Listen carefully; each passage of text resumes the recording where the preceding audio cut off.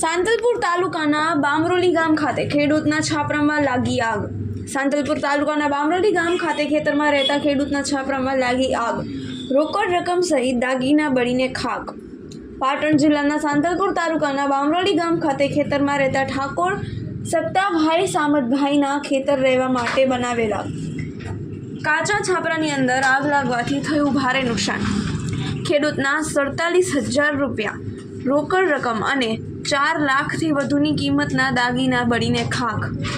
આગની ઘટનાને લઈને ખેડૂત ઉપર આફત આવી પડતા તંત્ર પાસે સર્વે કરાવી ખેડૂત મદદની કરી રહ્યા છે માંગ. હાલ તો આગનું કારણ અકબંધ. ખેડૂતોની ઘરવખરી અને દાગીના બળીને થયા ખાખ.